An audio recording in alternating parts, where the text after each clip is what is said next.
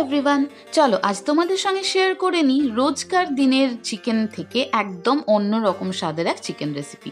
নাম তার পাঞ্জাবি চিকেন। তো 500 গ্রাম চিকেনকে আমি ভালো করে ধুয়ে কাশ্মীরি লঙ্কার গুঁড়ো, হলুদ, সর্ষের তেল, আদা রসুন বাটা দিয়ে ম্যারিনেট করে রেস্টে রেখে দেবো 10-15 মিনিট। কড়াইটাকে খুব ভালো করে গরম করে নিয়ে 4 চামচ সর্ষের তেল, 1 চামচ ঘি দিয়ে পেঁয়াজ আদা রসুনকে ভালো করে কষিয়ে নেব।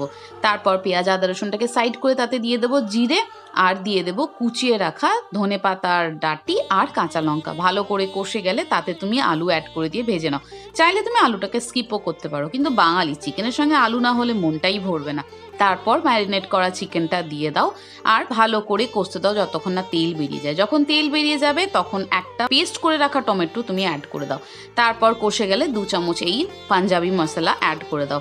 তারপর আমি দিয়ে দেব পরিমাণ মতন একটু মিক্সিতে ধোয়া জল, বা তোমার যতটুকুনি জল লাগে। ভালো করে কষতে দাও। এবার দেখে নিয়ে পাঞ্জাবি মশলাটা কি করে তৈরি করব।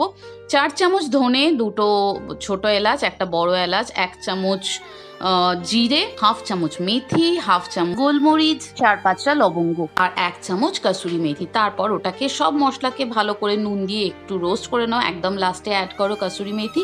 তারপর এটাকে ঠান্ডা হতে দিয়ে গুঁড়ো করে নিয়েই কিন্তু হয়ে গেল তোমার পাঞ্জাবি চিকেন মশলা রেডি। তারপর দেখো আমার চিকেনটা কিন্তু খুব ভালো কষে গেছে আর রেডি হয়ে গেছে পাঞ্জাবি চিকেন। তুমি এটাকে ভাত দিয়েও খেতে পারো, রুটি বা পরোটার সঙ্গেও খেতে পারো। ট্রাই করে জানিও কেমন লাগলো। টাটা।